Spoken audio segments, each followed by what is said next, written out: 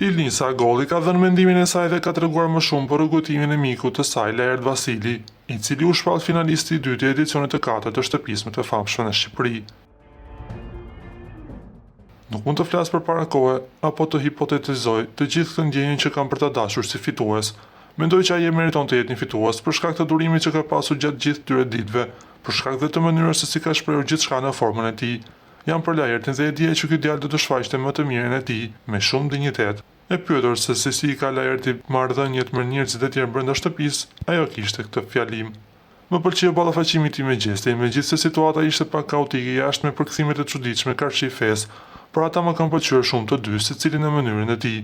Falja e Lejertit ishte karshi një keqkuptimi më shumë se sa një falje ku ai tregonte një përulje karshi një termi që është shumë i bukur, por veprimi i shëmtuar i gjestit e detyroi që në një formë apo në një tjetër të keqkuptohej gjithë situata.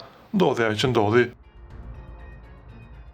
Për sa i përket donjuanizmit të Lejertit, Ilnisa kishte këtë fjalë. Lejerti është shumë donjuan, por unë nuk e vura re shumë atje këtë anë.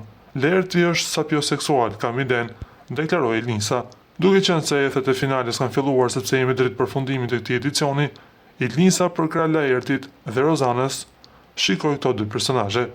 Do të isha kurioze të shija Gertën me Eglitakon, do të dëshiroja ta shije këtë dy shegocash. Unë bëhem si orakull ndonjëherë, deklaroi ajo.